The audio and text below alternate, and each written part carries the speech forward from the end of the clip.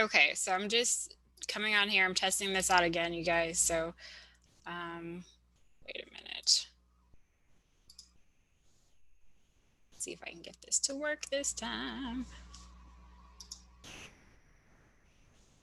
Okay.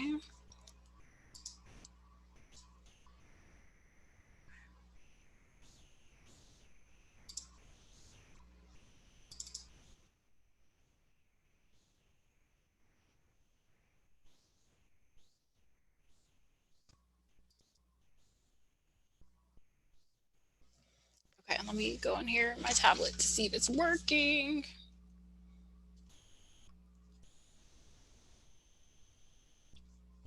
Sorry, you guys. I'm trying to work out these technical difficulties. You guys bear with me.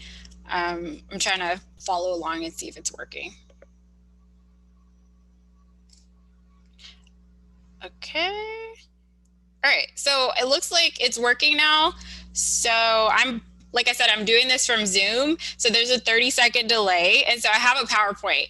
And so I hope that now you guys can see what I see. Okay, so I'm just going to go ahead and try to resume where we left off. So if you guys are just now jumping in and you didn't see like my long, beautiful introduction, I'm going to leave the first part of the video up, even though now I know that you guys couldn't see what I could see. So that will give you a little bit of background of like what we're trying to do here today. And so if you want to know kind of about kind of like our mission, our goals, what we're trying to accomplish, then definitely go back and watch the first part of this. But I'm going to continue with where we left off. In the last video, I kind of painted an agenda for you guys, what I want to talk about today. As I mentioned before, I think a big piece of what we need to accomplish in order to feel more peaceful in our homes is we need to talk about just mindset a little bit and kind of explore the patterns that we may be in.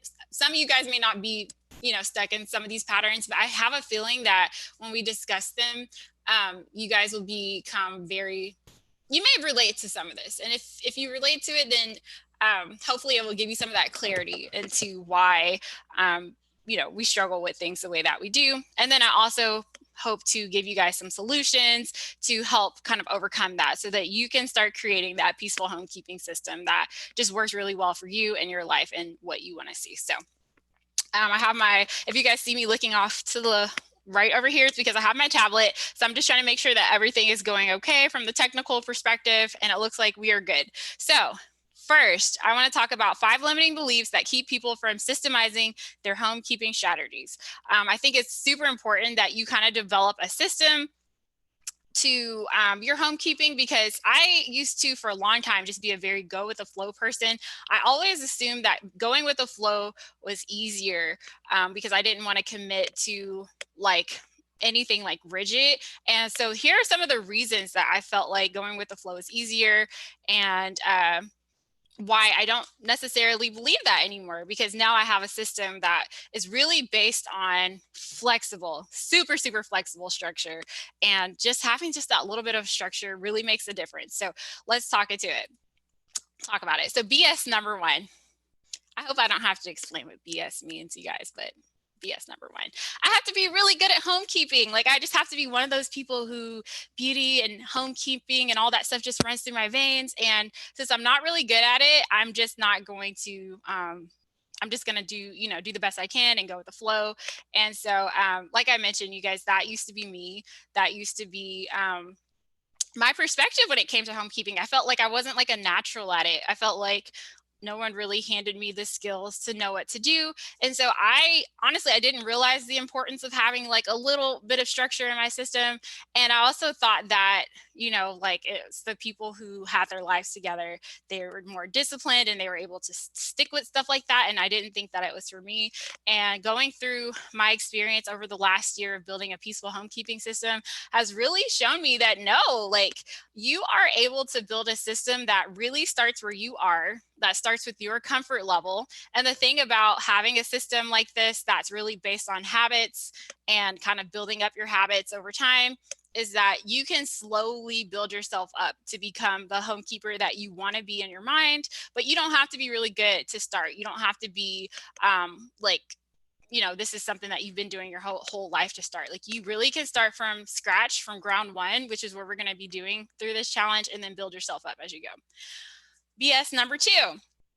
I have to commit to long cleaning lists, and I'm going to be cleaning all day. And that is also another limiting belief that I want to address, because I thought this for a long time, specifically when it came to, like I told you, my system is heavily based on the Fly Lady system. But anytime I watched videos about cleaning systems like that, that's all I saw were like notebooks full of lists, checklists, all the things. And I was just like, well, that's not gonna, I can't do all that. I don't have time for that. So I felt like it's not going to work.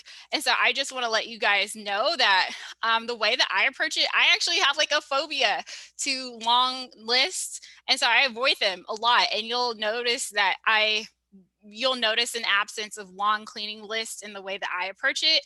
I'll go into detail about it a little later, but I feel like everybody has like intuition. Everybody knows like what aspect of their room is bothering them. And so I always encourage my moms to start there first. And if everything's bothering you, just pick a corner and go there, and then you'll know. And you know, for some of the cleaning we'll talk about later, my goal is always to encourage you to level it up in some way. So never walk away from a space that we're focusing on without doing something, even if it looks clean. And I find that strategy alone is enough. Like I don't have to have it on a list. You know, I don't have to be working on things that I don't feel like are important right now for the sake of staying on my list, when I'm like and that it's really irritating me. And if I just go knock it out, you know, I'll feel better. So I do not rely on lists. I'm very intuitive kind of cleaner, and it works out really well.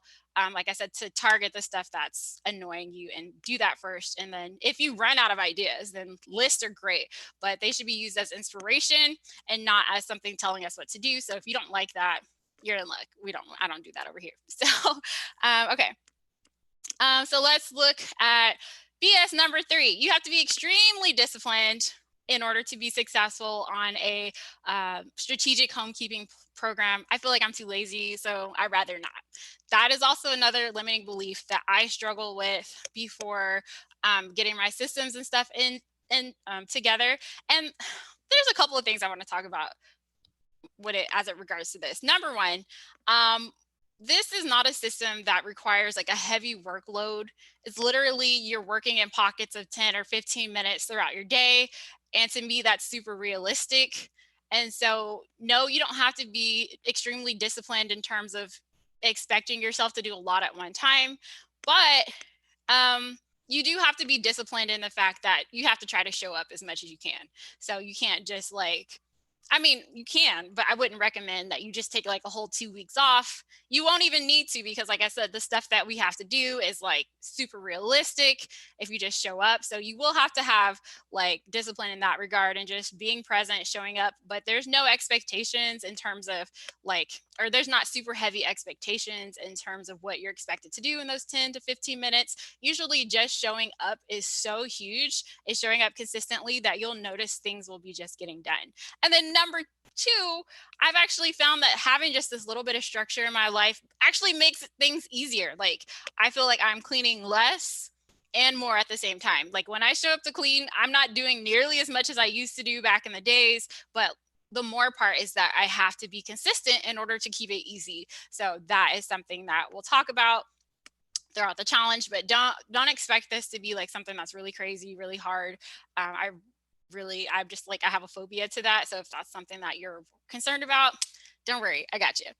Next, routines equal no freedom. That's what I used to think as well. I'm like, I'm not going to commit my day to a bunch of routines because I don't have that kind of drive to just, book my whole day up. And so I will say that I've learned that yes, routines can mean a lack of freedom if you sit there and try to like overschedule your day and book every hour and you have something, to do for every part of your day.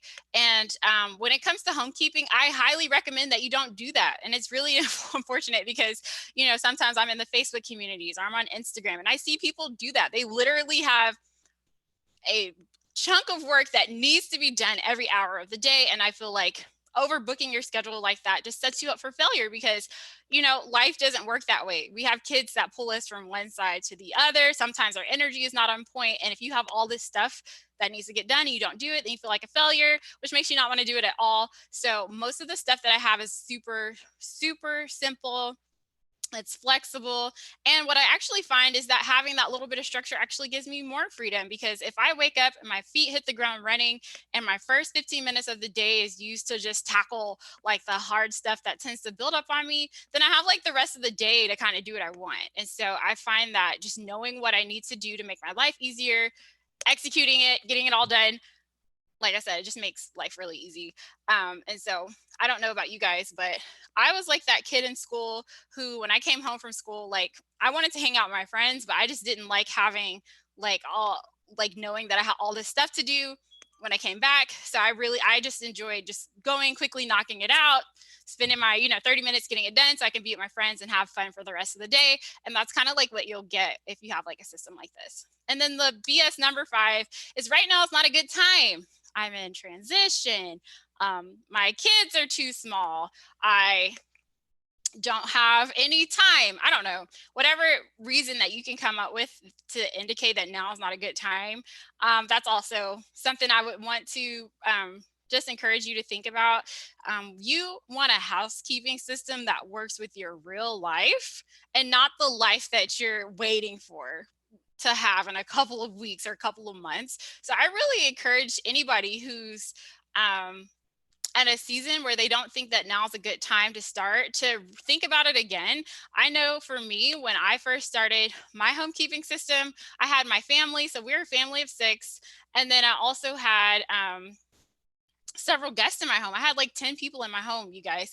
And so I was like, oh, there's no way I could start the system right now. Like, it's too overwhelming.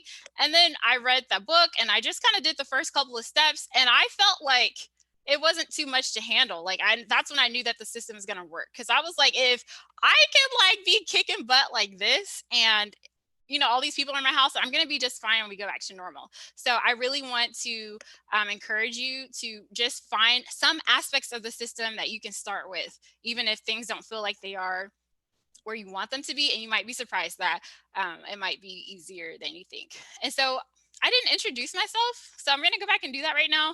And you guys, if you have any comments or questions or anything like that, like I said, I can see your comments over here on my iPad. It's off to the side, so just leave them there. There's a solid 30-second delay, so it might take a minute for me to see it, but just leave your questions or thoughts here, and I'll try to like refer to them and engage with you guys along the way. I do have like questions. I really want this to be interactive. So I have questions. So I will, like I said, try my best to be engaging, even though I know that we have to deal with this 30-second delay. But for those of you that are new, my name is Lede. I'm the creator of this channel, Love Always Lede.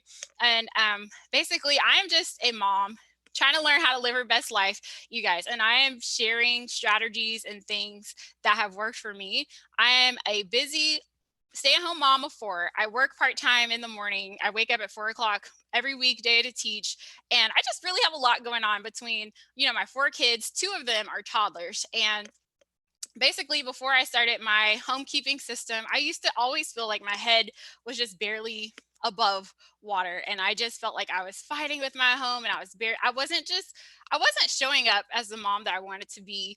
And it really caused me like a lot of heartache. And about this time last year, my family and I had to travel, and just adding that responsibility onto what I felt like I was already doing just really shattered my self-esteem. And I was like, I need something better. I need to figure out how to work smarter with this thing and not harder. And so that's when I purchased the Fly Lady book, and then, kind of got into working through her system, and I experienced so much relief. And so the reason that I have this channel is just to share what's working for me. Like I mentioned before, I don't do things exactly the way that the Fly Lady does it, but I am simply adding onto a body of knowledge that already exists by with sharing my life, my experiences, and what works for me. And so basically my mission is to just break this idea and expose this idea that we have to be like workhorses in order to get anything done. Like this whole get it all done culture, I feel like that was a big piece of why I was struggling. I feel like that culture is very toxic and it's unproductive for some people. like me. So I just want to be here to give people an alternative for people who are tired of that and tired of being like burned out and stuff all the time, because there is another way. So that's a little blurb about me. So we talked about some BS. And so I'm just going to take a moment to look at comments, and then we'll move into part two, which is the binge and burnout cycle, which I feel like a lot of moms are stuck in right now. I surely was before I got my systems together. And we're going to talk about what that looks like and why it doesn't work. All right, so I'm jumping over to look at comments. So Wendy White, love these BS. They have all held me from getting forward.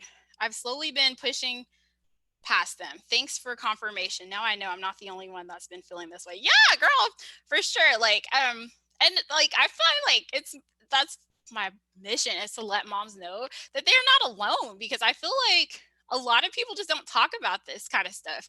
And so it's nice that well, I don't know. I feel like things are kind of changing. Like more and more people are starting to talk about it. But for a long time, I couldn't even put words to like how I was feeling, because like, I don't know, like I just feel like I didn't feel like there's a lot of representation for people who felt like they're in the struggle boat. Like on social media, everybody has it together. So of course, the people who don't feel like they have it together feel like they just want to show up all the time. And so I feel like that's changing now. But I like just want to contribute to the conversation to just help more people know that they're not alone with those thoughts, and also let them know that sometimes those thoughts may not be true, and to kind of think about what are some other ways that we can think about this, or approach it, so that we can finally break free from the way those things make us feel, and just find freedom in our life. So okay, this is from, oh hey Sarah, what's up? This is from Emily. This is from Deshira. You have like a paperwork for the baby girl. I got paperwork, everything. Like, it was really important to me to make this very clear, because I feel like some of the feedback that people struggle with is just not being able to understand the system, the Fly Lady system, very easily. So I really tried to just make this as clear as possible, but that meant that I needed to tweak some things a little bit. So I really feel like people who uh, want clarity, I really hope that you'll find it here. So I'm going to move on. Let's talk about the binge and burnout cycle. This is where I feel like a lot of moms are. As I mentioned, I feel like I was there for a long time. And it's really crucial to understand this, because whenever, I share the model, the framework with you guys, it's not like it's just magic. It's not like you're going to be like, oh, I know what to do, and I'm going to do that. A lot of us have kind of been in this cycle for years. And so it's very hard to like, sometimes it can feel very difficult to like break bad habits.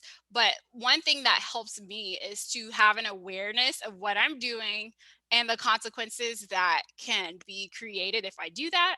And so whenever I'm like in that situation again, it makes me think twice. And so that's why I want to just expose this to you guys, because like I didn't realize that I was doing this for so long. And so this is the best way that I could think to explain the binge and burnout cycle that I feel like a lot of moms are in. So it usually starts with feelings. I feel so frustrated. Like, did you see this house? Did you see those dishes? I am so tired of cleaning these dishes up all the time.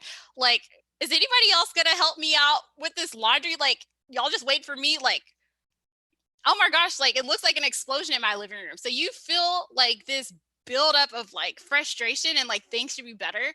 And then you move into step two, which is you're like, okay, enough is enough. Like, I need to get something done about this. Like, I can't live like this. It's horrible. It's embarrassing, whatever, however you feel about it. I need to make changes. And then what a lot of us do is we start binge cleaning. We are like, I'm going to get this place together, this house together from top to bottom. I'm going to start in this room and make my way across everything. And I'm just going to make everything beautiful. And then we start making progress, but then we kind of hit a block. We kind of hit a roadblock. Basically, we get tired. Why? Because we're human beings. Like, I don't know why we have this expectation on ourselves that we should just be like a ball of energy, but more realistically, we're like a battery, like a rechargeable battery. And there comes a point where we got to stop. We got to take a break. And you get to enjoy the little bit of progress that you make. But what happens is we need to take a break for a minute, like maybe for the rest of the day, maybe until tomorrow. But then, while we're relaxing and trying to recover, stuff starts piling back up on us again. And you're like, crap, I just cleaned this. I just did these dishes. Like, why are they here again? And oh, I wanted to say one thing about feeling tired. A lot of times I find that moms do not feel like they deserve this break because of what we see on social media, because of what we see, like, maybe from people that we know. We feel like, no, like, why do I need to take a break right now? I should be able to go and power through this thing until everything is done from top to bottom. And when we are not able to do that because we're human beings, we feel like inadequate about that. And we feel like frustrated, like we don't deserve to take this break. But, Mother Nature has a way of making us sit down when it's time to sit down. And you're just like, what the crap? Like, that was one thing I struggle with a lot is like I would sit down to like watch TV or to watch Netflix after a long morning, but I would not be able to have that peace of feeling like, oh, I deserve this. Like, it's like, no, like, why are you being so like lazy right now? That's what I used to tell myself. Like, like Sasha and all them, their houses look clean effortlessly, and it must be because they're working all the time. So why can I not, work and keep going like all of them? There must be something wrong with me. My energy must not be as high as everyone else, or I must not be as disciplined. And so it's never ever a break that you feel like you deserve when you are in this cycle. But then what happens when you take that break to recover and to kind of restore your energy is stuff starts building back up on you. And you're like, what the crap? I just cleaned this. And we go back to the beginning of the cycle, feeling frustrated, which leads into all the other stuff. Let me see. Can I close this? Okay. Anyway, yeah, which leads into this cycle over and over again. And you guys, I know this cycle all too well. And it feels like crap. And one thing I mentioned on my Instagram, if you guys are not on my Instagram, make sure you follow me over there because I plan to bring the fire with motivation this week. But one thing that I said on my Instagram page is there's a good chance that if you're always walking around feeling like crap about your home, there's a good chance that no matter how much you try to clean, that your home looks exactly the way you feel. And that's one thing I really picked up on this. Now, this doesn't apply to everybody because there are people out there in this world who feel like crap and their home looks amazing. I'm not talking about them. I'm talking about like people like me. Like, I'm just like, I really don't understand like how I can just possibly be giving my all to this home. And like, I don't feel like I have results to show for it. And I think that this is why this binge and burnout cycle. So I want to ask you guys a question. I want to know if I'm alone or do you guys feel like you can relate to this cycle, if this feels like something that you can relate to. So I'm going to jump back over to the comments over here and see what you guys are saying. This is from Emily. Hey, Emily. Hey, Deshira. Hey, okay. This is definitely a big help. I burned myself out doing too much with zones this week. I was spending over an hour a few days this week in different areas in my zone. Yeah, like learning to stop is really I feel like it's a skill because even when I started the Fly Lady system, I felt like some tension there when my 15 minutes are over and I'm like, okay, it's time to stop. And I'm like, no, but I'm so close. And learning how to stop before you burn out, you would think that it's like intuitive, right? But it's actually, I think it's a skill. It's a skill to learn how to back away and to know that I will come back and come and get this later. And it's not easy for a lot of people to do. So I can totally relate. And this is from, you can send an email of your, okay. Do you guys want an email of this? If you guys want the email, I can definitely send that. And this is from, is it Mark, Gary, and Pam? You are a gifted teacher. Thank you. You guys are so nice. Hey, Melissa, the binge and burnout, my biggest setback. Yeah. And this is from Sharina, decades. This is from Deshira again. I need help. I'm a mother of 5 boys. I understand. Oh, yes, girl. I can relate. Totally relatable. So if you feel like you're in that cycle, like I said, I really hope that what we'll talk about over the course of the 8 weeks will help you kind of break out of that. Because, it really has helped me a lot. And then once I kind of broke out of that cycle, it allowed me to approach it in a way that felt more productive without all of the negative energy that I felt like I was experiencing before. So we talked about the 5 limiting beliefs that keep people from starting their systems. We talked about the binge and burnout cycle and why it doesn't work and how it makes us feel overwhelmed. So the next thing we're going to talk about is the solution. So we're going to start talking about the system, the peaceful homekeeping system. And so what I want to do is kind of give you guys a big, broad general perspective of what we're going to be working on. And this is really good for people who have no idea about the system, or maybe you tried to read about it and you got overwhelmed, or you tried to follow and you just never got a chance to see the big picture. I really tried my best to make it visual so that it's really easy to understand and you can understand where you are in the system and what you need to do, like depending on how much of the system you want to incorporate in your life. That's one of the beautiful things about this is you don't have to do all of it to feel the benefits. You could literally be on level 1 and like change your life. Like that's what I felt like when I started. And so but the higher up you go, the more likely you are to just feel that relief of having everything systematic and flowing for you. So I'm going to just go ahead and break that down now. And so the 4 types of cleaning. So a problem that I think a lot of us struggle with, I certainly did before I got my systems together, is not realizing that there are different types of cleaning. I kind of feel like moms either jumble all the cleaning up, which doesn't allow them to be productive or maximize their time efficiently because they're like jumping from task to task to task and not really giving their full attention on one task at a time. And another problem that I see is sometimes moms will tend to overly focus on one thing and neglecting a lot of other things. For me, I think I used to focus a lot on like just picking up like visual clutter, like picking up the toys, clearing off the table, stuff like that. But I never got a chance to move into decluttering because I felt like all the clutter needed to be handled first, like on the tables. But I never got a chance to like declutter my closets. I never got a chance to like do the weekly stuff, like keep my sheets changed and dust and all that stuff like that. And I never got a chance to work on like deep cleaning because I felt like in order for me to move forward, uh-oh, somebody's phone is ringing. Sorry, my husband's phone is here. So in order for me to move forward into all these other buckets of cleaning, like this cleaning needed to be done first, and then I could move over. But you guys know that clutter is something like visual clutter on your tables and stuff like that is something that like once you clean it off, your family still lives there. So it comes back just as fast, right? And so that's kind of where I was stuck. And I felt annoyed because I saw all this other stuff. I saw my cluttering projects building up on me. I saw my deep cleaning stuff building up on me, and I felt like I wasn't doing my weekly stuff enough, and I really didn't know how to move out of this box 1. And so the reason that I think is important to realize is that there's 4 types of cleaning is it really helps you segment it and divide your time evenly amongst the different responsibilities that we have. And so I put 4 types of cleaning. I need to change that because it's not really 4 types of cleaning. It's 3 types of cleaning plus the scheduling your life, but I'll fix that later. You guys, this is my prototype, so give me grace. So anyway, and I mentioned this example, I think in the first video, that it's kind of like being in school, in high school. We have like multiple classes that we need to take throughout the day. Let's just say 4 classes we need to hit. And we can't just stay in math class for first period because we didn't have a chance to finish our paper.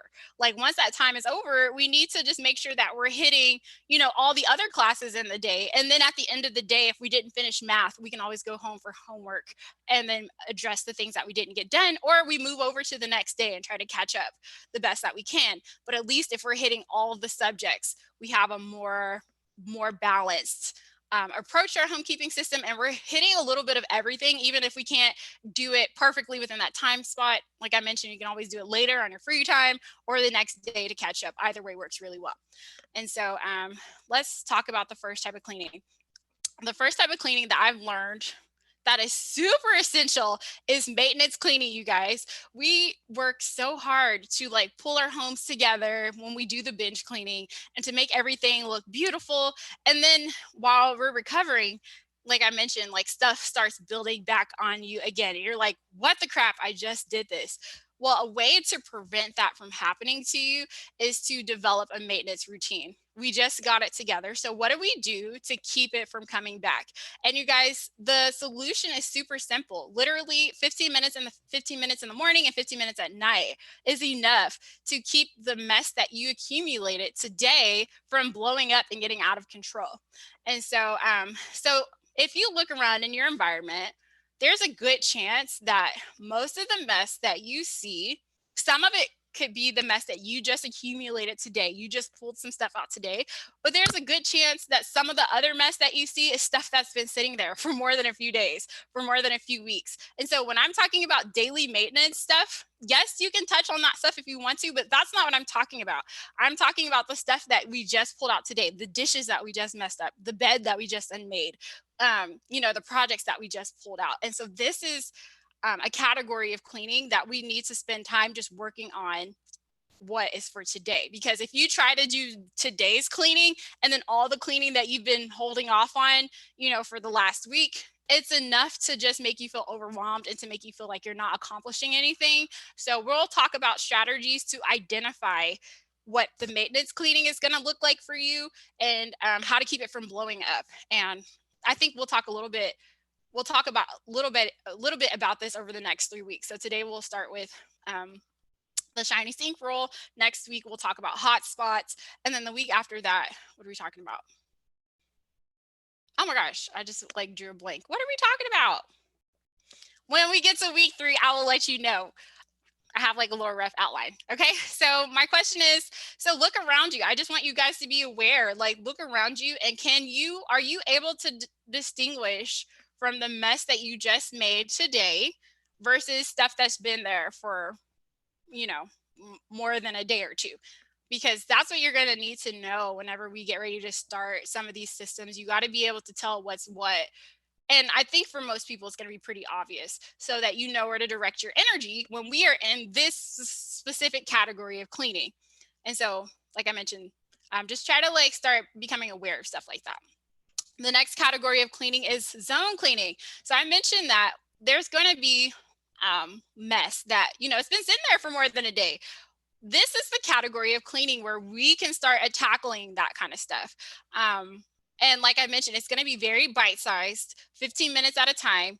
And we'll start slowly recovering from some of the cleaning that we haven't handled quite yet. And so the beauty of these two things together is it's really cool, because zone cleaning makes those messes disappear. And then your maintenance cleaning keeps it away like forever. Well, not forever. I'm being dramatic, but I mean, it could, depending on how far you want to go with this. And so zone cleaning, usually, like I mentioned before, for me, I had a lot of built up decluttering projects that I needed to handle. And I felt like I needed to get the living room looking right, get the toys off the floor, and get everything looking right before I could do that. And that was totally the wrong way for me to approach it. I've learned that if you handle the clutter a little bit, but spend a significant portion of your time finally getting those decluttering projects together, that actually decluttering is what makes the mess disappear for the long haul. So if I could go back, I would totally tell myself to not put off those decluttering projects and to handle them a little bit sooner, so that I could alleviate some of the mess that I was tackling with on a day-to-day basis. I can make some of that mess disappear and then just be stuck with literally the stuff that we just did today, which is not so overwhelming if you have a system to tackle it. In addition, I know it feels like for some of us that the clutter is going to stick there forever and that it's never going to go away. But I promise you that if you show up and you do this and you're consistently, the clutter will disappear. I promise, I promise, I promise. And it may not take as long as you think, depending on how often you decide to devote to it. But once we get the clutter out, so for me, I classify clutter as just finding the things that you're no longer using them and getting them out of your house. And I know that that's going to be hard for some people. And here, my channel, I'm not going to be here to unfortunately help convince people who really want to hold on to their clutter to do it. My goal is to talk to that girl who already knows that the clutter is a problem and she already feels like she needs to do something. My goal is to inspire her to go ahead, let's get it done, sis, so we can make our life easier. But I know that there's a lot of reasons why people want to hold on to clutter. And I don't really spend a lot of time getting into that because I know it can get really deep. But for people who want to get their houses looking right and who are ready to let go of the clutter, this is your time to do it. Once the clutter is out, then it makes it so much easier to organize and to go on Pinterest and to go to the Dollar Tree and get your bins and get your organization systems and do all that stuff. And then once that's done, then that's when we get into detail cleaning.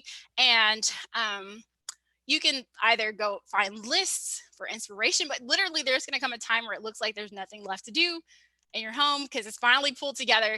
And so for detail cleaning, I always tell myself to find 1 or 2 things to level up in this space. And so that's when you're going to get to detail cleaning, because if you set a goal to not walk out of the space until it looks better or until you find something to improve it, then you're going to start noticing, oh wait, I see stuff right there on the wall. Is that something right there on the light switch plate? And oh, there's some dust over there. And so you start finally opening your eyes to see that kind of stuff, because I couldn't see it, you guys. I was so busy before the system focusing on, you know, my environment and the clutter and the toys. I couldn't even see that there was marks on my walls and fingerprints in weird places. I couldn't see it.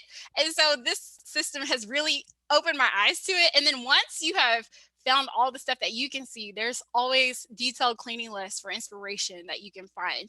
But so that's what this type of cleaning is. And then so my next question is, why do you think we would implement a system of decluttering now and not after you pull the house together?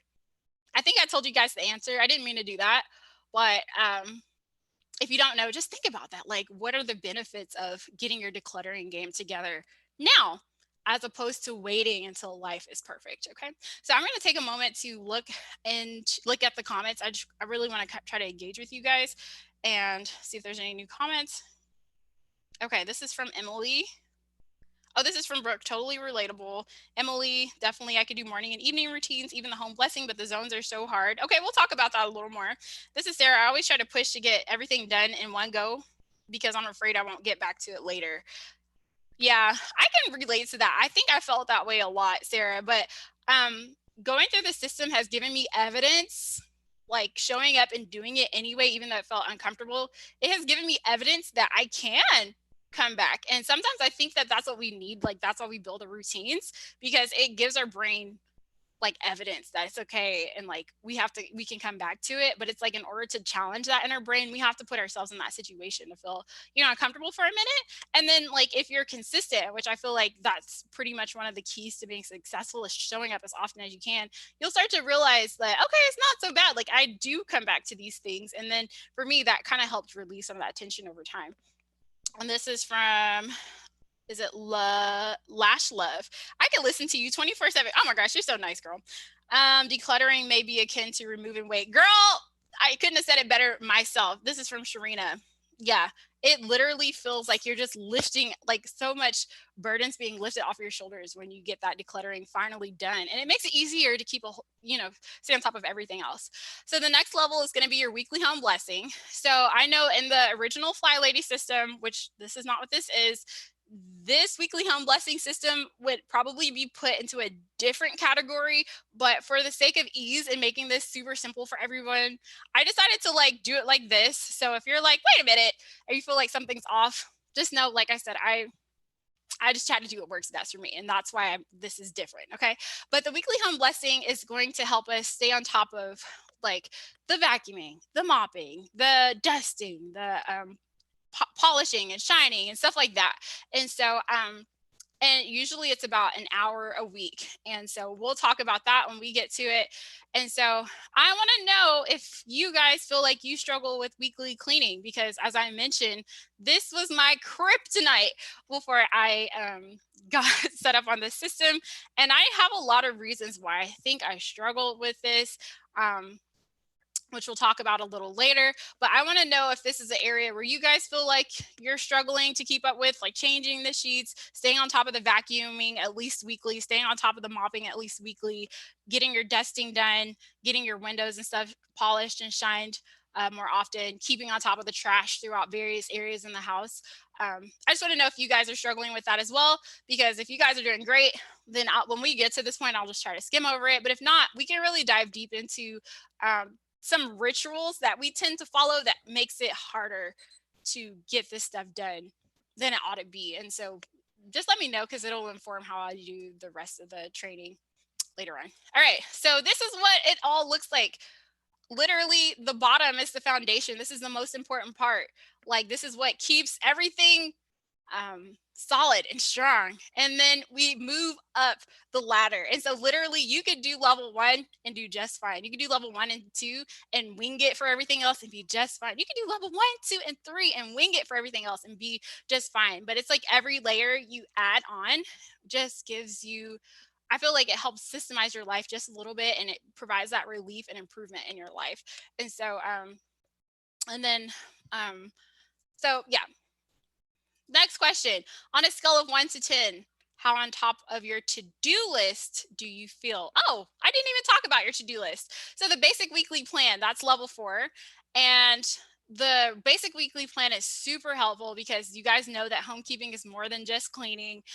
There's a lot of management, administrative stuff that goes along with it. We're chefs. We run errands. We do all the things, right? And so the way that we approach the to-do list is super helpful because what I used to have was like this long list of stuff that needed to get done. And I was like, okay, it's time for me to work on my to-do list. And I'm like trying to scratch stuff off. And meanwhile, stuff's just adding back on.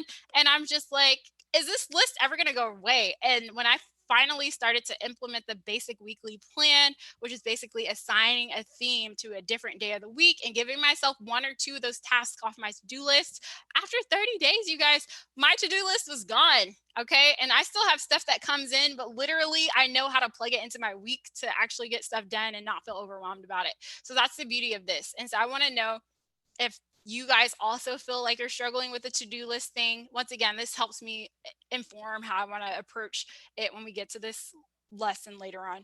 And so yeah, on a scale of 1 to 10, how on top of your to-do list do you feel? Because me, when I was before my system, I was probably like at a 3. Like I felt like, we're not missing deadlines. They're not turning off lights over here because I didn't pay the bills. But we barely got these bills paid because I was so distracted by all the things and trying to keep up and juggle all the things that I almost forgot that this was due today, kind of thing. That's kind of the bus that I was on. So I want to know if you guys are struggling with that as well. So this is what the system looks like, the different components of the system, what it looks like. And like I said, I wanted to give you guys a big overview of what we're going to be doing so that you guys can decide now, like if you think that this is something that's realistic for you to do. I have called this the peaceful path. I didn't have a fun name for this framework. If you guys want to submit those, please do, because I was like, I don't know what to call it, but I feel like a model needs to have a name. So my next question is, how much time per week do you think that I spend cleaning? I'm actually going to wait the 30 seconds for this because I want to know, you guys know that I try to hit each of these buckets various times throughout the week. I want to know how much time worth of cleaning you guys think this is. So I'm going to see if I can see your comments. In total, how much time do you guys think I spend cleaning every week? Hey, Portia. Hey, Alice. Hey, Leona. Okay, Sarah's on top of it, 5 to 6. Hey, Emily. Hey, Miss Drake. Hey, Sharina. Okay. Okay, so I'm going to go ahead and tell you guys now that, okay, how much time do you think you will spend cleaning? All right, so zone cleaning. I spend 45 minutes a week decluttering, organizing, and detail cleaning. This is what I even did when I started. If you commit to 45 minutes a week of staying on top of, or not staying on top, getting ahead of the decluttering, organizing, and detail cleaning, you guys, it will change your home. It will literally change your home. Like I feel like I'm in a different home than I did a year ago. And that is not to say that my home is perfect, because one thing that I have really, really had the chance to experience is just because you declutter your home once doesn't mean that that clutter is not coming back. Okay. We buy stuff all the time. And so I still have decluttering projects that need to happen because let's say I needed to work in my master bedroom suite. Like I spent time in the closet and then I spend time over here. And while I'm spending time over here, like this is building back up. So decluttering is a continuous thing. So I'm telling you that this is a system that you definitely want to have, and it's one that you don't want to stop once you get it together, because like I said, the clutter, it's a continuous thing. I always thought that the clutter was like you're done with it and then you're done with it forever. But as long as you're buying stuff to bring it to the house, and as long as you have family, little kids who rummage through your stuff, you're always going to need to set that time aside to like put it back and make it look nice. And so, but 45 minutes a week is enough for me. And if you want to do more, or you want to see those results come in faster, you could increase that to 15 minutes every day or 15 minutes every weekday. But I pick 3 days a week. I set my timer and I get the decluttering, organizing, and detail cleaning done. And after 365 days of that, it makes a difference, just that little bit of time. And so next, for the weekly home maintenance, I spend about an hour a week mopping, vacuuming, polishing horizontal surfaces, polishing vertical surfaces. My husband does the trash. Did I say mopping yet? Vacuuming, an hour a week, you guys. And I know a couple of you guys are going to feel like that's not enough. We'll talk about that in just a moment, but that's it. That's it. It's not enough to make it like beautiful and like the best vacuuming and mopping job I've ever done. But like I said, we'll talk about it a little more for why this works, and why it's like super, the way that we do it is super efficient, and why I highly recommend it.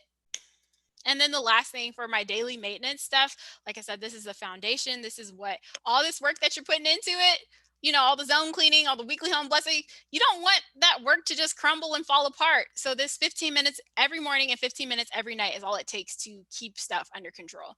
And sometimes it doesn't even take that long, but 15 minutes is a good goal. It really helps you accomplish a lot. Okay, so I want to know, do you guys think that these time frames, if they're realistic to you, do you think that this is something that you could do? Or do you think that it sounds too overwhelming and like there's no way I can devote 45 minutes a week to this? There's no way I could do an hour a week here. There's no way. Oh, I forgot to mention, for the basic weekly plan, I didn't put a time frame on there because it varies every week. Literally, some weeks my to-do list is like, I don't have a to-do list. So some weeks is very little. And then some weeks it's a little bit more, like school's getting ready to start. So I have a couple of other errands that I have in my life. But for the most part, it really varies and it's personal. So yeah, back to it. I want to know if you guys think that this is realistic. And I'm going to jump back over to the comments to see what you guys have to say. Exterior home care. This is from, okay. So the thing about this system is that you can make it include whatever you want to include. For a long time, I didn't do exterior home care, but I decided to attach it to my zone one. And so for zone one, I do all my entryways, which I only have two, a front door and a back door. So I do pretty much, when you walk into my door, anything that you see that like it's first impression, that's the time that I handle that's what I do in my zone one. And so I got to the point where I was just like, okay, there's some stuff in the backyard that I need to handle. And so for me, I've been able to do it. But the question, I guess, becomes for you is like what type of work you're talking about. Like for me, I had some trash that blew over from the neighbors. So I needed to like clean up my front yard and my backyard. I had some like tools out there. I was able to like knock that out in 15 minutes. And so I have like little projects that need to get done that can certainly be handled, in 15-minute increments. I'm not going to finish, but if I keep showing up every day, I take little bites out of it every day. So like I said, it really depends on what you're trying to accomplish. If you're trying to like paint your house, I mean, you could try to do it in 15-minute increments, but I think this is really good for small projects. So it just depends like what you want to do. And if it's okay for you to take a little bite-sized piece out of it and do that consistently, if that's going to be enough for you. But I think that you can, even if you need to extend that instead of 15 minutes, 30 minutes. It's just mainly about encouraging yourself to take bite-sized pieces and stopping before you get overwhelmed. And so, good question. And okay. So you guys say that it should take 2.5 hours to to do all the cleaning, 3 hours, 10 hours, 7 hours, 15 hours. Oh my gosh, you guys work really hard. Amen on that. No, clutter is just like dishes. It never goes away. Yes, it keeps coming back for sure. Listen to organization cleaning podcasts while I work. That's a good idea. Zone cleaning is the hardest for me to fit in my schedule. Yeah, I've had to work through that a little bit. And I'll tell you what I've done, how I can fit it into my schedule. And we'll talk about that when we get to the zone cleaning part. Sharina says it's realistic. Sarah says it looks realistic. How long do you spend a week? So I should have added, let me see if I could do some basic calculation. So I have my 45 minutes of zone cleaning plus an hour of my weekly home blessing. So that's an hour and 45 minutes. And then I spend about 30 to 45 minutes a day, 15 minutes in the morning, 15 minutes in the evening. And because right now, you guys, I literally have 8 people in my home. We have guests. I have to have like a little minute. And then my kids are home all day. I have a midday routine. So that's 45 minutes a day of just on maintenance stuff. So multiply that times 5 days. I'm not good at math. If anybody wants to help me calculate that, the maintenance stuff, but here's the thing, you guys, at first it's going to feel like a lot, right? When we're doing the maintenance cleaning, but we're going to build ourselves up little by little with the maintenance cleaning. And then over time, if you just give yourself the 21 days or however long it takes to build a habit, this won't even feel like a part of your cleaning anymore. It's literally going to feel like this is just what I do. Like your brain will feel uncomfortable if you don't do it. And so it won't feel like work. But where I really feel like the work for me is in the weekly and zone cleaning.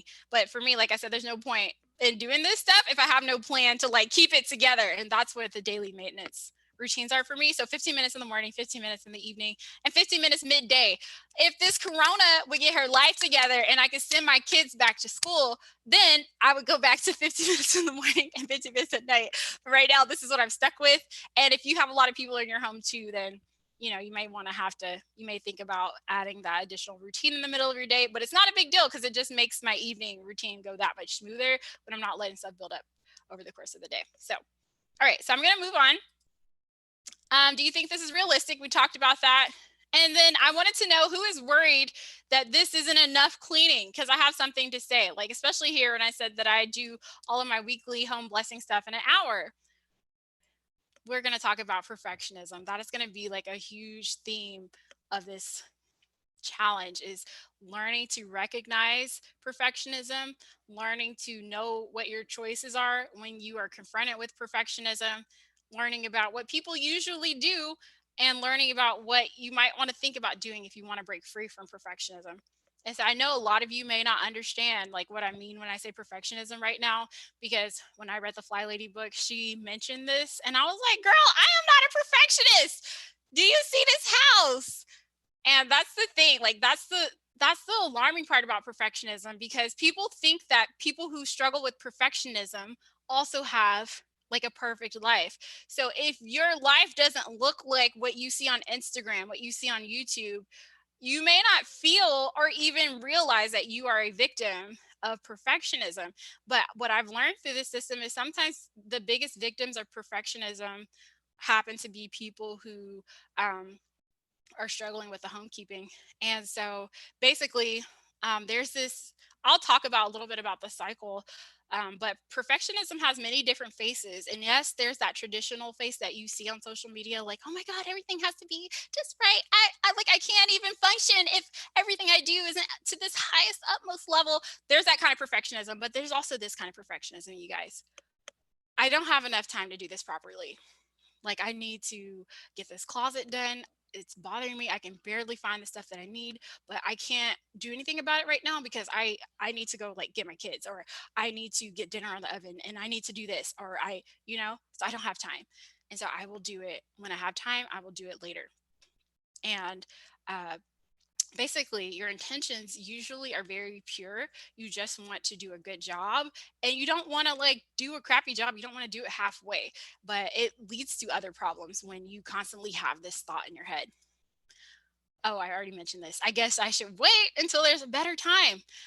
You guys, when you constantly are telling yourself that you don't have time to do stuff and that you need to wait, like I feel like there are situations where you may genuinely not have time. But if this is like a reoccurring theme, I've learned that that is actually a secret way for you to be struggling with procrastination.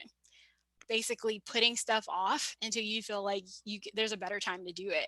And so for me, I totally did not realize that that was what I was doing. I thought that I was trying to make space and time in my life to do stuff right.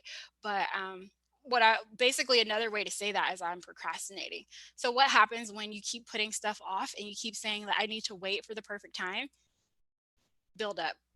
The projects keep building up on you, and stuff is not getting done, and more stuff is coming into your inbox, and it starts to feel like really, really overwhelming, and it contributes to a lot of anxiety and a lot of frustration, and you're just like, I need to get all this stuff done.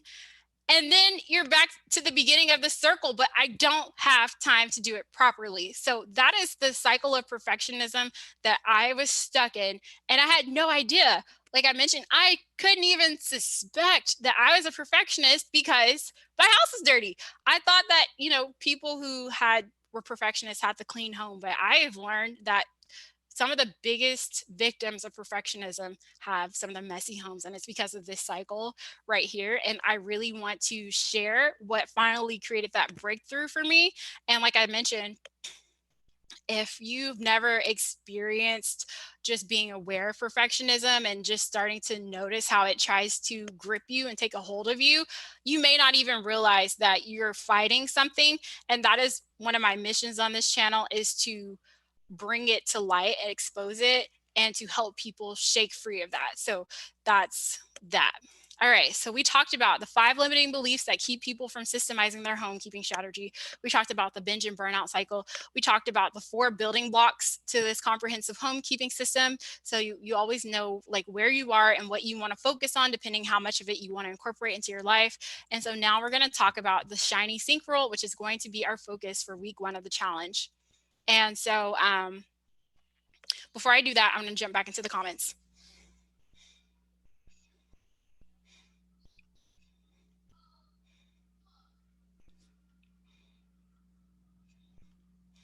Oh gosh. Okay, I'm trying to go back up. So your total is 4.5 hours for the stack path. Okay, that's not. I'm pretty sure that I used to clean for 4.5 hours in a day before Fly Lady. So I'm okay with 4.5 hours a week in 7 days. Okay. Like I need to actually, yeah, no, Sarah, I have 3 shedding dogs also. We need to connect and see what is working for you. Wendy White. This is from Elizabeth. Wow, I wish I could do that time. I will be needing more time, but it's always a start. And we'll talk about this when we get there. But you never know until you try it. You never know what you might need until you try it. And that's the beauty of this system.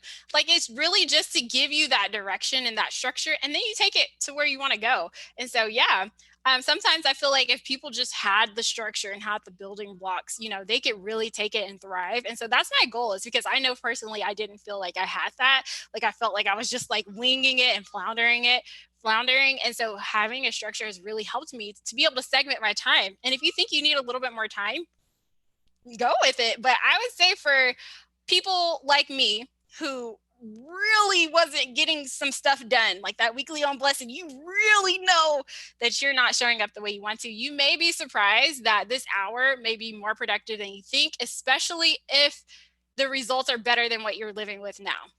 So I just throw that out there for people like me. All right. And so, all right. Leona says, wait, is it Leona? She says she does an hour of cleaning a day. That's a good strategy. All right, so I'm going to go ahead and move into the next section. So one thing that you're going to notice is for this challenge, I'm going to really try to encourage us to work on like one habit at a time. If you want to know like how to do the whole thing, there's lots of videos on that. I even have videos where I break the whole thing down, but my goal is to just really help and encourage us to like build that routine. And unfortunately, when it comes to building habits, which is trying to get our brain on autopilot, sometimes you just need time. Like that's the main thing that can help you build it. And that's why I mentioned at the beginning that if you want quick results, then I'm not going to be like the channel for you. But if you want to just join a community of people who are trying to build like a long-standing foundation of good habits that make your life easier over time, then this is what we're going to do. So that's why we're going to focus on one habit this week, and that's going to be our shiny sink rule. One thing that I want you guys to know that I've really discovered over this journey for my last year is that sometimes you guys, we're as human beings, I feel like we may be programmed to like resist change. Like it's not very easy for us to like adapt new ways of being. And so when you take your time and really try to build habits, it really helps us address that. Sometimes I feel like there's a lot of cleaning programs out there, any program, exercise programs, diet programs, and they really encourage us to take on a lot at once. And I feel like we're able to handle that at first because we're excited about it. We have really bought into the narrative of this new beginning, of the promised land that we're going to get to. And so when we're excited about something at first, it really helps us push through that resistance and keeps us going. But what about like Thursday or a week from now when you're like, I really don't want to do this, and you have all of this stuff that's piled up on top of you and all these expectations on you? Basically, you really are setting yourself up to not exceed beyond when you hit that breaking point. I don't even want to call it a breaking point. When you hit that wall, which you will. And so my goal is to, well, no, I'm not going to say you will. Some people are able to get past it, but a lot of people aren't. And one thing I feel like a lot of programs do, which is kind of hurtful, is they make you feel like, well, if you can't stick with it more than, 14 days or for the rest of your life, then it's because you're not disciplined. It's because you don't have any willpower. And like I said, I feel like that narrative is very hurtful.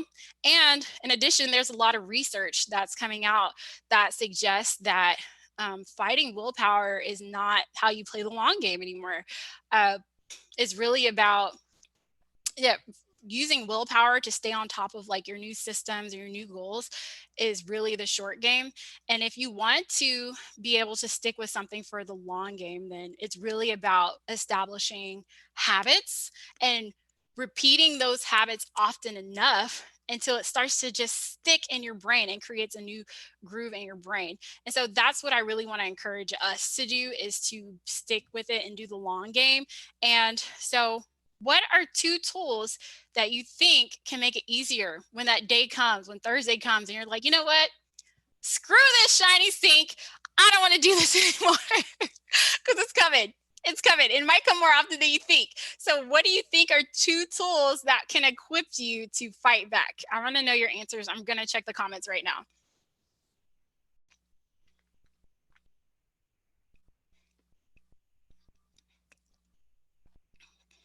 Okay. All right. So, it's still taking a minute for the comments to trickle in. So, I'm going to go ahead and tell you what I have learned to be true for me: ease and repetition. It is so easy to convince yourself to do something that you don't want to do when it feels easy. So that's why we're focusing on one habit at a time, because what's going to happen when you wake up on Thursday and you're like, screw this shiny sink, I don't want to do this anymore, this is dumb. You're going to be like, wait a minute now, this is actually, it's not that hard. Let me summarize. It probably won't even take me the full 15 minutes. And that is like the number one way that I've been able to overcome that feeling of resistance. I don't want to fold this laundry right now. But girl, it's only one small load. Like, how long is that really going to take you? That'll take you like 5 minutes. And basically, what you want to do is you need to like basically have a conversation in your brain, because your brain automatically wants to do the thing that feels the easiest in the moment. And so that's why it's just like when you're fighting willpower, you can only do that for so long before you're just like, let me do what's easiest, which is to do nothing. But if you make your habits easy and then you build up on them slowly but surely, what happens is you kind of put your brain into a spot where you have to negotiate. If all I'm expected to do is keep this sink shiny, work on these dishes for about 5 to 6 minutes versus doing nothing, which one is really the easiest? Is it easiest for me to walk away and let this crap build up on me today? And then when I come back to it in 2 hours, my kids then threw all this other stuff in the sink and now it's like a big mess that I have to fight with? Is that really the easiest choice? Or is it easier for me to just spend the 5 minutes and just knock it out and move on with my day and then be free for the rest of the day and know that this is, I mean, the dishes are gonna come back, but there's going to be significantly less if I just follow through on my simple morning routine. And so that's what I want to do, because basically with repetition, it's like you start to create grooves in your brain that says that no, we're not going to, let this build up on us anymore. I'm not going to wait until the end of the day after it's already has exploded to do this. I'm going to do it now while it's not a big deal. And then you start to create these grooves in your brain that says that this is my new habit. And then you start doing things without you really thinking about it. It's kind of like it goes back into your subconscious brain. And so that's the strategy that has worked for me with literally every routine that I've tried to build. I am not a natural homekeeper. I'm not a natural person that knows how to keep, her environment together. And I've noticed that it always goes in a predictable sequence. I'm excited about it. I'm really excited. And then things kind of dip. I'm like, I don't want to do this anymore. And then if I make it easy enough for me to stick with it, like literally after a week or two, it comes back up. And I'm like, I don't love doing this, but it doesn't bother me as much. And I know that it's easier for me to stick with my routine, because if I don't, then I'm going to be stuck with a table full of laundry to do. And I'm tired of that. So it's easier for me to just do it now. And so that's, instead of fighting our brain's tendency to want to do it's easy, I'm actually wanting to encourage us to use it as our secret weapon. Let's use ease to help us stay in the game long enough and get those repetitions in so that it creates those new brain grooves. And then, we're just doing stuff without thinking about it. So don't let ease, your desire to do it's easy, be something that makes you feel bad.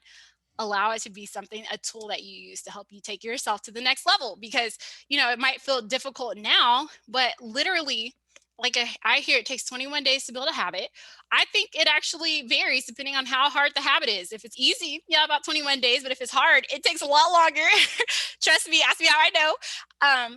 But if you could just stick with it for the 21 days, and then you're just doing stuff without thinking about it. Okay, so week 1, the shiny sink rule. You guys, I have talked way longer than I thought I was going to be here, so let's just go ahead and do it. So this was the new rule. This is the first rule that I followed when I got on the Fly Lady system, and basically it consists of 2 parts for me.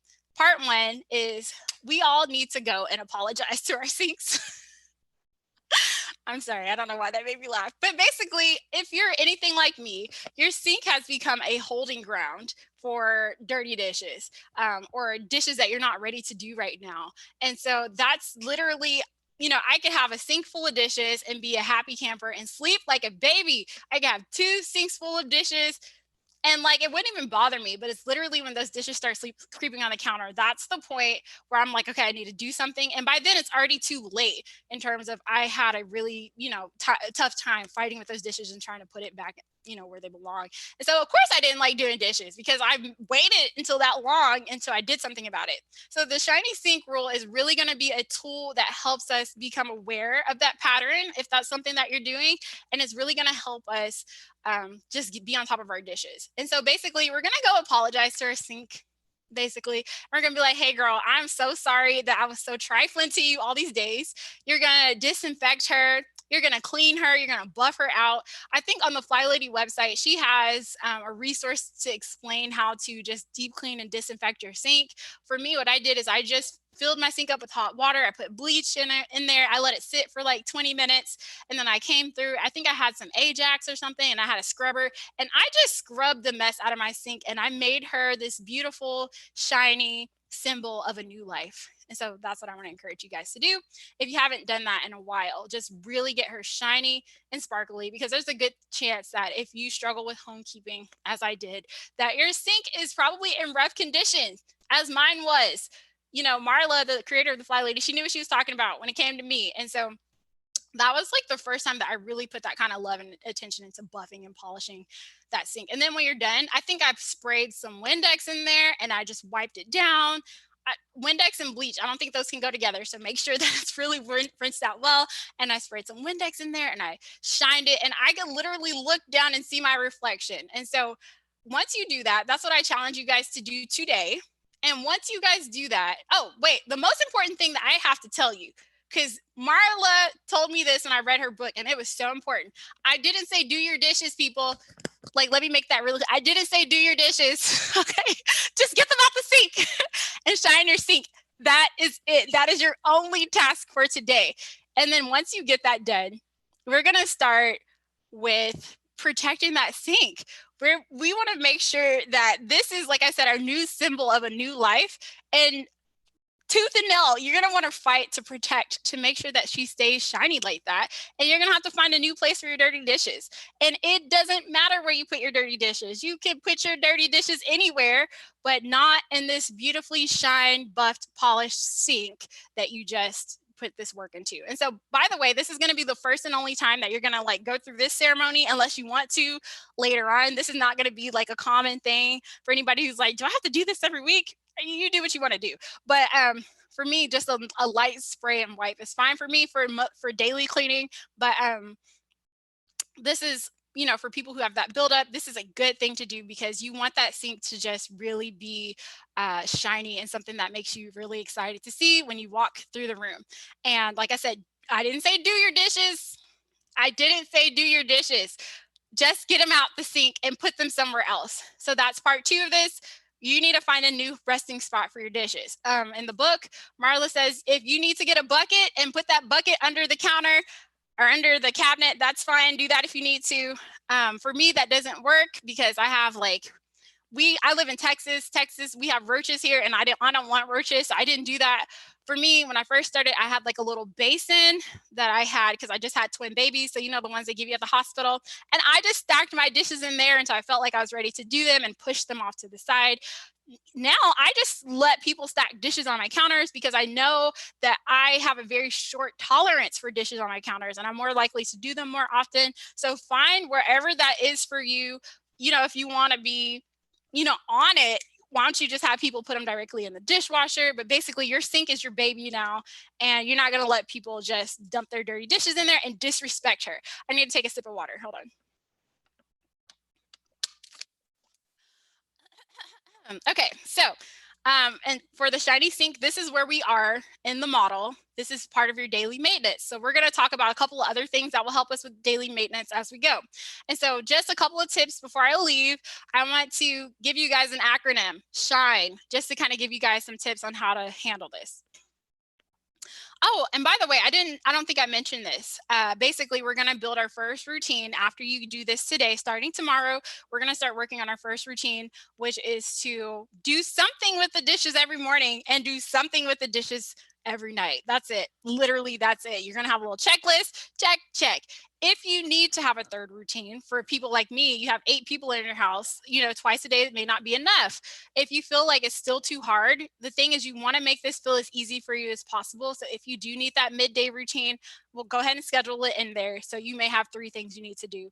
And it once you get started, the first time it might be, you know, a lot if you haven't done your dishes.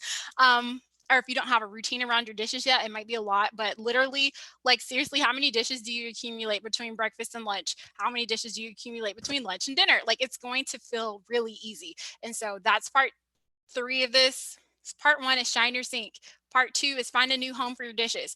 Part 3 is create a routine around dishes. We're not going to wait until we're angry and peed off anymore to do the dishes. We're going to set a time around it, and you figure out what time in the morning works best for you, what time in the afternoon works best for you, and what time in the evening works best for you. Personally, I like to use meal times, which we'll talk about that in just a moment. Like I like to work around the energy that I already have. I don't expect myself to just get up.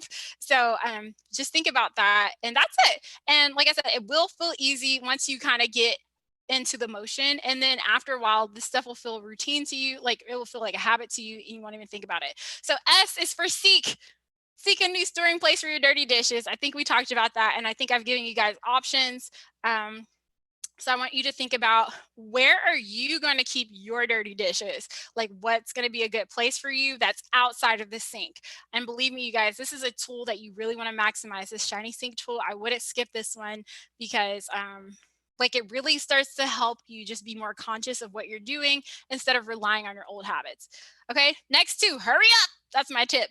For me, like I mentioned earlier, I was that kid in school when I came home. I didn't like to be burdened with the weight of homework and just be like, oh, I'm going to play with my friends, but I'm thinking about all this stuff I should be doing. I was that girl that was like, let me get this crap done. Let me sit down and do it, because when I go hang out with my friends, I don't want to be thinking about this. So try to figure out when is a good time in the day for you to hurry up and knock it up. For me, I like to do it like I work in the morning. So as soon as I come downstairs, that's the first thing I do. My kids are still eating breakfast and I'm doing dishes. Okay. And if you set up a routine around it, like I mentioned, it will only take you a handful of minutes, because literally in the morning, if you just did your dishes in the night before you went to bed, how many dishes do you think you're going to have in the morning? For most of you guys, literally, that's just going to be empty the dishwasher, put the breakfast dishes in there. Super simple. And believe me, it's easier to do it in the morning than to wait for that stuff to build up over the day. Just do it and set up a little routine to start doing it before it explodes. Okay. So for me, just hurry up. Like, how can I knock this off my to-do list as fast as possible? Because I don't want to have any excuses for me not to get this done, because that's what tends to happen as the day goes on. More and more stuff pulls us in different directions. But if this is already done, this is like one thing I don't have to worry about. And like I said, super small. So how do you plan to get this off your to-do list quickly, and just knock it out when you first get get up in the morning? I think her name is Happy Housewife. If you guys don't follow her, she also does Fly Lady videos, and she says she does hers when her coffee is brewing in the morning. Like she's literally waiting there doing nothing. So she's like, I might as well open the dishwasher and put this stuff away. And then when her coffee's ready, she's already done with this routine, you guys. So let's not make this like overly complicated. Let's think about how to incorporate this into our life. If you try something and it doesn't work, come up with a different plan, but just really try to like figure out like what are you already doing in the morning that you can attach this to. That's called piggybacking, you guys. Sometimes if you think about what do I already do, and like when would be the best time for me to like just attach this to it, then you can just build off a habit that you already have. And so just really think about what do I do in the morning and when can I just like add this on there so that I'm not waiting. And then I can do this, you guys. Your shiny sink is going to be your symbol of a new future, you guys. And so I remember when I started like keeping my sink shiny, I remember when I first started, because I just knew that I was not going to be able to keep those dishes out of there. I just knew it was going to be hard because that's the only relationship I ever have with dishes is being frustrated and overwhelmed with them. And so I just knew that this was just going to be more of the same thing. And then I remembered like that not happening and just really having that relief. And every time I looked at my shiny sink just glistening from across the room, like I started to smile and I started to be like, okay, like this isn't so bad. Like I could do this. And so like really embrace those feelings if you start to feel that. Positive encouragement, positive reinforcement is the thing that will keep you going in this system. So not only should you intentionally be trying to give yourself a pat on the back for that small win, um, just really embrace it and take a moment to notice that shiny sink. And if you feel any good feelings, then you know that you're on the right path, girl, because that's what's going to keep you in this for the long haul. We're really trying to break out of that cycle of feeling like, but what about this? What about that? Like, we know that the other stuff needs to get done. We're going to get to it. There's a plan for all of it, but give yourself, it's okay to like embrace that feeling. If you're like looking at your shiny sink and you're looking at her, she's looking at you, and y'all are winking at each other, just go with it, because the more positive reinforcement you have, the more often that you feel good about what you're doing and you have a sense of pride in what you're doing, the more likely that this system is going to work for you. All right. And so how do you plan to incorporate positive reinforcement into your day? Like I said, sometimes, your girl's feeling fancy. I'll go light a candle because now my sink's shiny, my house smells good. Sometimes I'll throw a little towel over it, a little decorative towel, just think of ways to just make yourself feel good. And then nurture, you guys, this sink is your baby. N stands for nurture. So basically, just like you wouldn't let someone come and like be abusive to your own child, like you would protect your child and keep them from being abused, and you don't put that responsibility on anyone else. That's kind of how you're going to have to be with your sink. Like it's your baby. And so people will drop stuff in your sink. Like it's going to happen. So just already know that that's coming. And like already start thinking about how am I going to protect this sink, you guys? And so for me, it's literally so simple. When somebody of the 8 people who are in my house, when somebody drops something in there, I literally go, I look at the sink and I pick up the item and I move it to the left. End of story. Okay. So really get into the habit of like checking up on your girl, making sure your sink looks great, making sure nobody's dropped anything in there. And just, if you have to do something about it, just keep your sink shiny and really take that responsibility of like not letting other people disrespect her. And so that's my question is, what do you plan to do to make sure your sink is protected this week? And then E is for energy. Don't expect yourself to get up while you're watching the Wendy Williams show and then be like, I need to do dishes in the middle of the episode. That is no. I don't know if you guys remember this from, is it physics? An object in motion stays in motion. An object at rest stays at rest. So basically, try to think about a time where you're already up and active and like attach your one little routine to that. Like don't expect yourself to just be chilling and then be like, okay, it's 10 o'clock, I need to get up. Because if you're already sitting down, it's really hard. So just save yourself that drama and think about where am I already moving around in my day? Where am I already getting stuff done? And attach your routine to that. And when are you going to work on your dishes? So that is it. That's my acronym, SHINE. These are the tips that I have that I think will make you successful this week. One thing that I always talk about a lot is the trickle effect. And so you may notice that if you tackle your dishes first thing in the morning, that you feel compelled to do some other stuff. Okay. For me, I noticed that when my sink was shiny, I felt like I wanted to wipe down these counters because they're wet. So let me just go ahead and hit all the counters since I'm already doing it.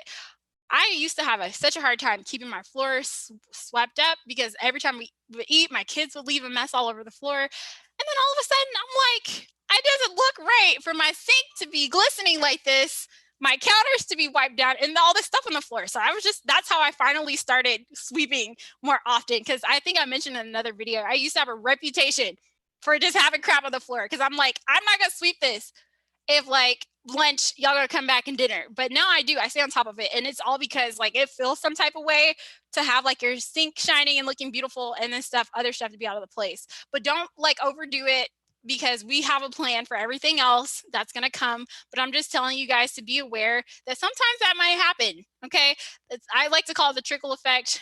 I think it's also called a gateway habit. There are some things that you can do in your day that really changes the direction that your day is going to go in. Like you might wake up, if you decide to skip the dishes, usually your life might go this way. Like you're less likely to wipe down the stove. Like, why would you do that? You're less likely to, I don't know, do other stuff. But if you just wake up in the morning and decide to just go ahead and do your dishes, you may find that you're more likely to just wipe down the counters. You're more likely to sweep. You're more likely to cook breakfast because you have clean dishes. So you never know how this one little thing will affect the direction of your life or set the tone for your day. So if you feel like you're being pulled towards something, just go with it, because you never know like where it could take you. But like I said, just do the best you can with everything else. I'm not telling you, to drop all of your normal homekeeping habits or routines. I'm not telling you to neglect the rest of your house and only focus on your sink. Just do the best you can with everything else, and then we'll come up with a system for everything else later. So that's it. Step one, we mentioned clean and polish your sink today. I didn't say do the dishes, people. Don't do the dishes. Just get the sink shiny. And then number two, assign a new place for your dirty dishes. Number three, we're going to create a routine in the morning and night. If you guys are on my email list, I'm going to send this printable after the live. Some of you guys are mentioning that you're having a hard time signing up for the email. So I may actually just attach a copy to this video, or I may recreate that email link again, but it will be after this live. So come back if you're having a hard time getting this. But this is going to be our control journal, and this is what's included for week 1. And this is a model showing you guys kind of the system, again, an overview of the system, so you know where you are depending on what you're working on.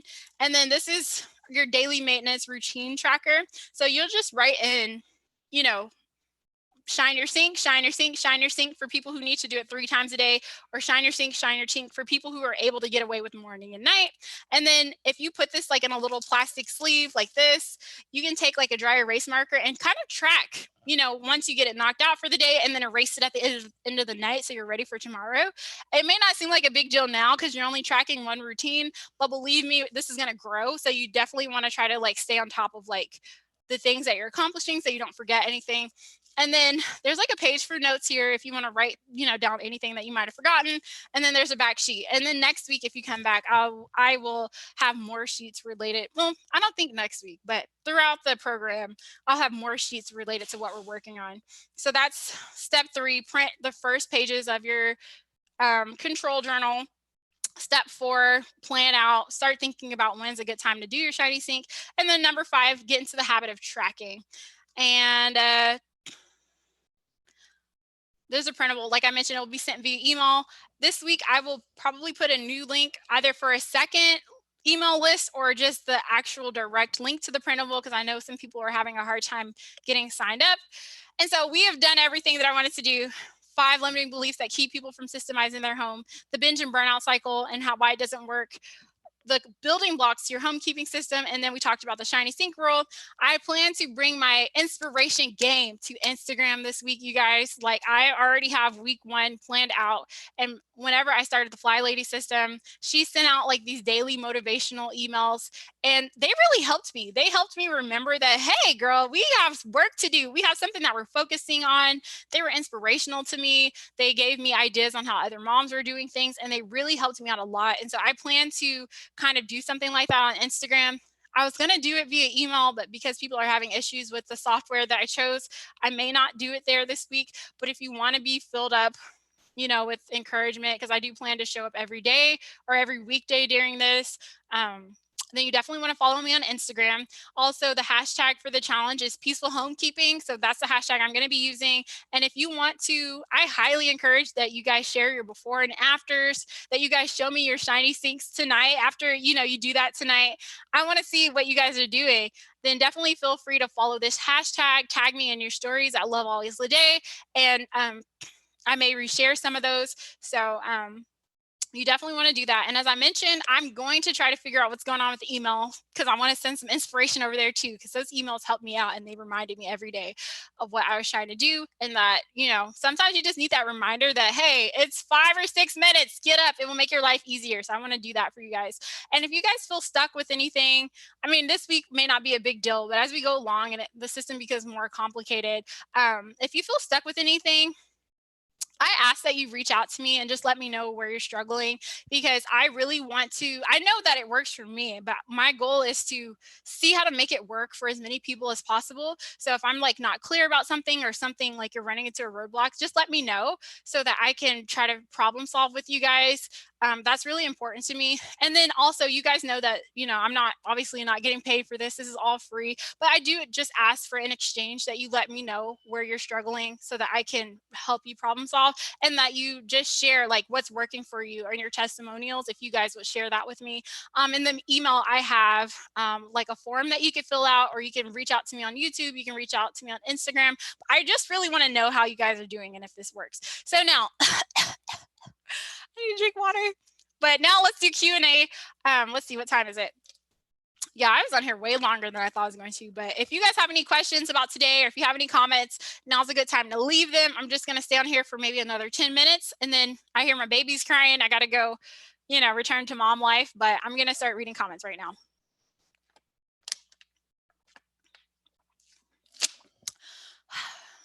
Okay, comments.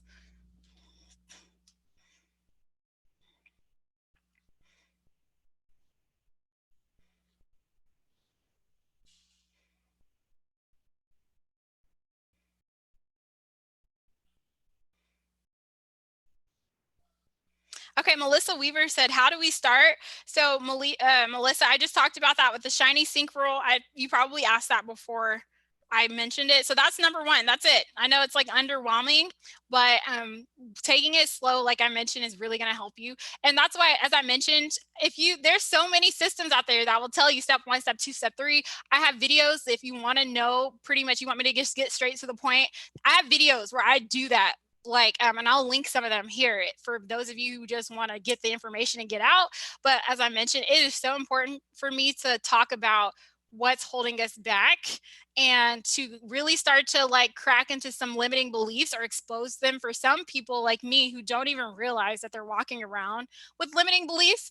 And some of the limiting beliefs are just not true. And so I feel I'm heavily motivated to break into that because there's, what's the point of making cleaning videos and telling people what to do if you don't go do it and you don't take the action or you don't take the next step?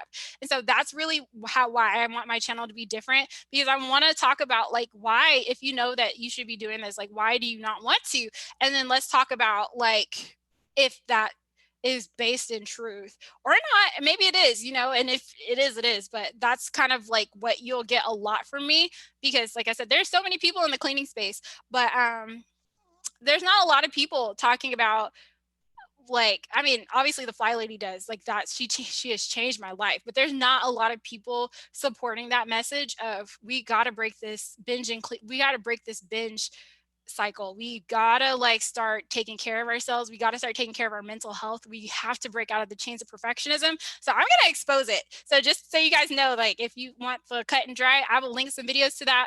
But if you come to this, I'm not just gonna be like telling you what to do just for you to go and keep living the same life that you already have, the one, where you feel overwhelmed and things keep piling up on you. I'm really gonna try to equip you with the just opening your eyes, because I wish somebody would have done that for me before I started the Fly Lady system. And luckily I gave the system a chance, but I always assumed that people who are successful in that system, they already had their lives together. So if I don't have my life together, it's not going to work for me. And that was just a completely trash assumption. So if anybody's showing up here with those thoughts, it's so important to me to let you know that if you think that you're not good enough to do this, that is trash. Okay.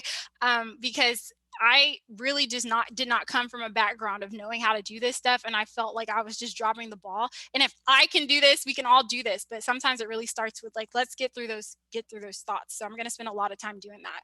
And then, oh, is this a donation? Fortnite. Thank you so much. Who is this from? From Sharina. Sharina, thank you so much for the donation. Like, that's so cool. I think this is the first donation on my channel. And girl, I feel like I'm really like trying to bring my A game and make this an excellent experience. So this really just, I'm very grateful. Thank you so much. Okay, so let's see. I'm still going through comments. Yes, perfectionism can be overwhelming to the point of being paralyzed. Absolutely. And like I said, if you don't realize that you're struggling with perfectionism because you think, oh, my house is messy, I certainly can't be a perfectionist. Boy, perfectionism can be paralyzing you. That's literally what it feels like, a straitjacket. I can't do anything. And you could literally be stuck and you don't even realize like what it is. And it's so hard to fight back when you don't even realize that perfectionism is trying to keep you in a straitjacket, girl. Like, free yourself. Like, and the thing is, the ability to free yourself, it's all in your mind, which is why I talk about mindset so much. And so, but yeah, perfectionism, paralysis analysis, like that's all the same. Yeah, to me.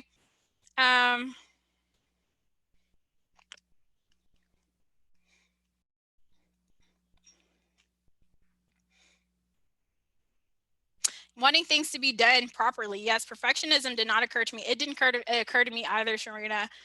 This is Leona. Okay, so Leona says Fly Lady does a weekly home blessing on her Facebook Live. And I think on the Fly Lady system, they do all of their weekly home blessing tasks in one day. And so for those of you who want to choose that path, I feel like that's a great resource. And for me personally, I break mine up because that hour, even though it's only an hour, like it's a lot, like for me and my energy levels. So I break mine up throughout the week. But I listen to music, I listen to podcasts. When I first started, I used to listen to Fly Lady videos. I really try not to listen too much because I really want my ideas to be my own ideas when I present content to you guys. I don't want you guys to just hear a replica of her. I want you to be able to go over there and get fed and get your spirit fed. I want you to be able to come over here and hear something different. But I used to listen to her videos because they used to keep me motivated and just remembering that this does not have to be overwhelming. Show up, show up, show up. 15 minutes here, 15 minutes there. It adds up. And I just needed that constant reminder. So yeah. Okay.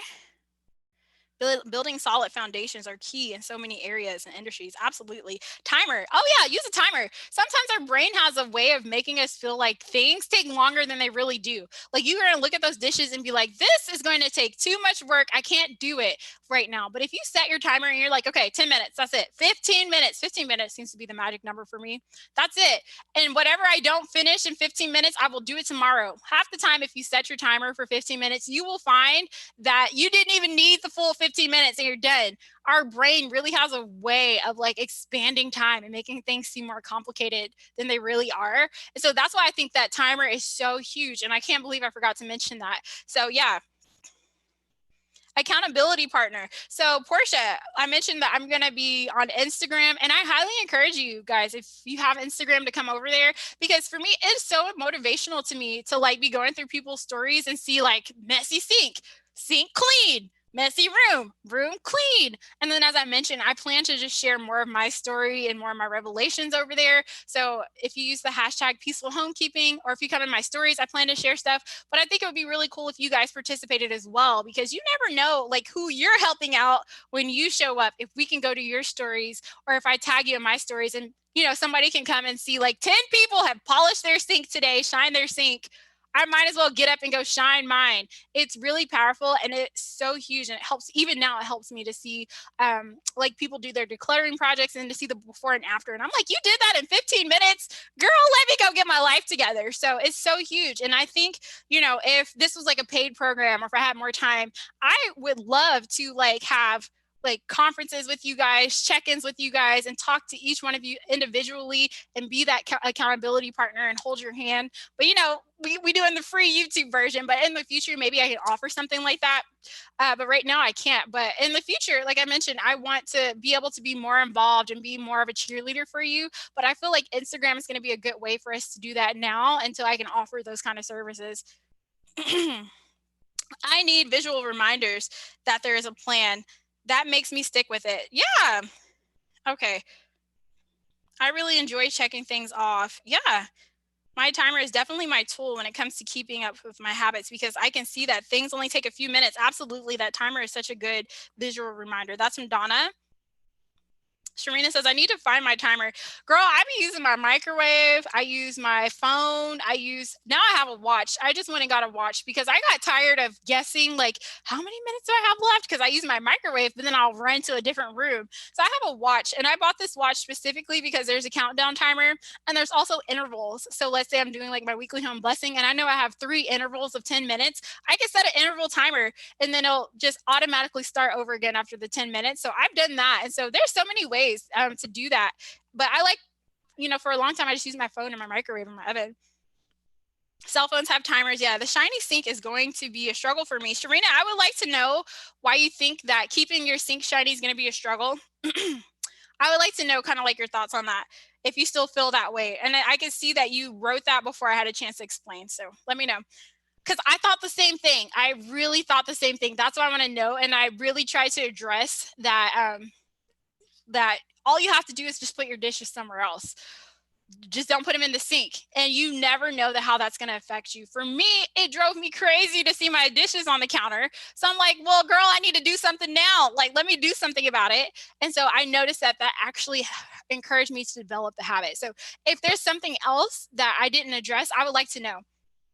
Like another concern for why you think that it won't work. The SOS pad. Oh, girl, I love me some SOS pads. Yes. Barkeeper's Friend. Yes, I use Barkeeper's Friend. I love that. I just redid my sock, bra, panty drawer as I'm listening to you. Yes, girl. That's what I'm talking about. Use that time. I still put my rinsed out dishes in my shiny sink. Then once I can't see the bottom of the sink, I wash the dish. Okay, I hear yes, Oak. My perfectionism is a huge reason for my home being a mess. I can never understand why. I felt like I was in the same boat. As a kid, whenever my mother told me to wash dishes, I didn't. I had a sudden urge to use the restroom. I'm sorry, that's so funny. That was from Sharita. Yes, love her as well. This is from Sharita. I watch Danielle too. She's currently doing lives during the week. Yeah, Danielle is really good. She does like a lot of clean with me's, and right now I just don't have a lot of time to do that. Oh, girl, school's starting back up, so I don't have a lot of time to do that. But she does them daily. So if you want to like clean with somebody, and you guys, right now Danielle and I are working to figure out how she will come and she will actually be presenting on one of these weeks. I'm going to have her share some of her best tips when it comes to like decluttering. So I'm going to talk about my perspective and she's going to talk about hers later on in this challenge. So I'm super excited because sometimes it's just nice to hear different perspectives. So if you guys follow Danielle at Happy Housewife, then you're going to be in for a treat when she comes here and she collaborates with me on this challenge. Okay, vinegar, dish soap, baking soda to clean your sink. Okay, for the garbage disposal, use ice to clean it, or lemons, limes, and orange pills. And that's from Lash Love. Okay, let's see. I think I'm going to try that lemon, lime, and orange pill to clean it out in the garbage disposal. I love the way you think and explain. Thank you so much. Is it Marty? Thank you. Thanks for the gift of your time. Thank you, Sharita. That's so nice. I need help with everything. To share, I really hope, like my goal is to break this down for you guys. And I really hope I'm able to be successful with that. And if there's any parts that are just confusing or you feel lost, please just reach out to me because that's my goal. I just want all the feedback. I want to know where you guys feel like you're struggling, where you feel insecure about stuff, because it helps me because I know myself, but I know that everybody's different. Everybody has a different background. Everybody has a different experience. So the more that you guys communicate with me, let me know what's working, what's not working. It really helps me be able to make this a better experience for us all.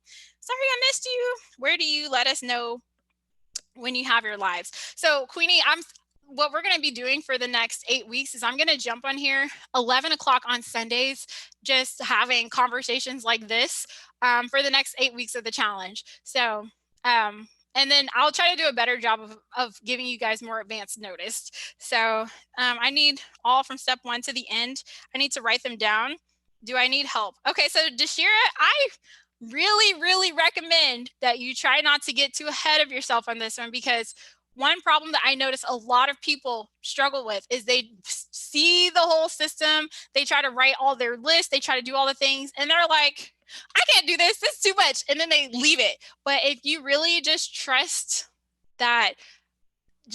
me on this one and do one step at a time, build one block at a time, really understand the shiny sink rule, because as I mentioned over here, some things look really simple, but they're not as simple as they seem, the trickle effect.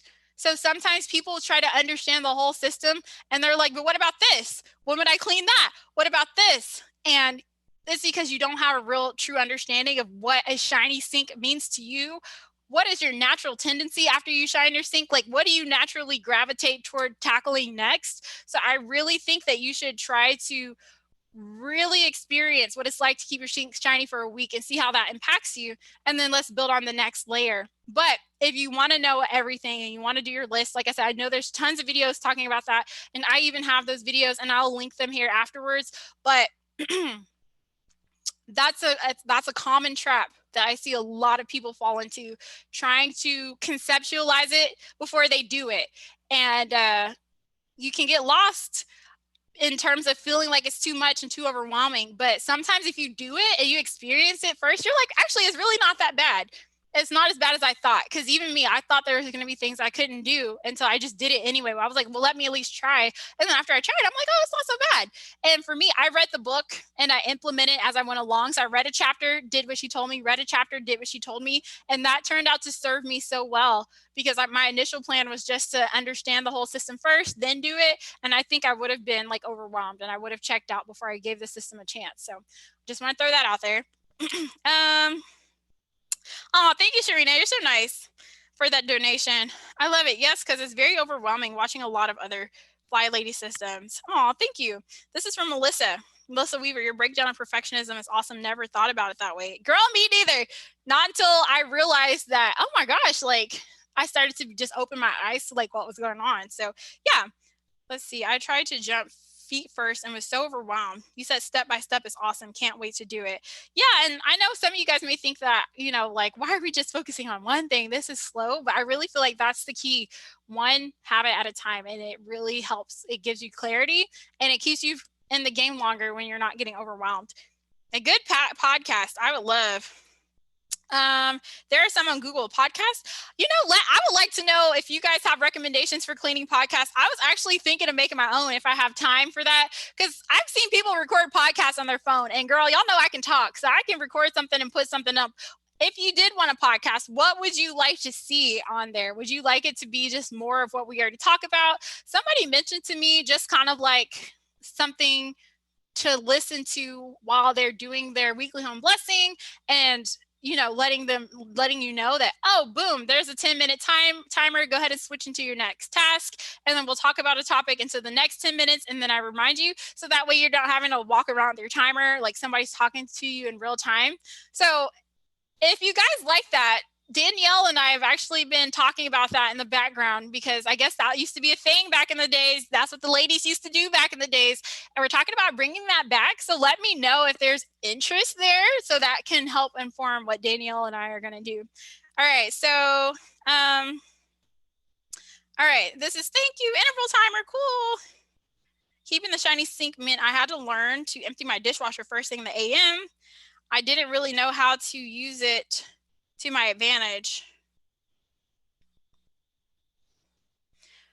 Okay, that was from KFR. So are you saying that like you did the shiny sink rule and then you started emptying your dishwasher in the morning? Like, is that something that you found to be beneficial or something that you didn't like? And so I'm just curious about that. Oh yes, I just found Happy Housewife. I watched about 3 times now. that you articulate perfectly. Thank you. You guys are so nice. Feels like you're talking to me. And I like Clean With Me, Clutterbug, Organized 365. Oh, thanks for the podcast suggestions. All right. I think I've taken enough of your time, you guys. And I think I've talked myself into my lips are numb. So I think I've addressed all the comments on here.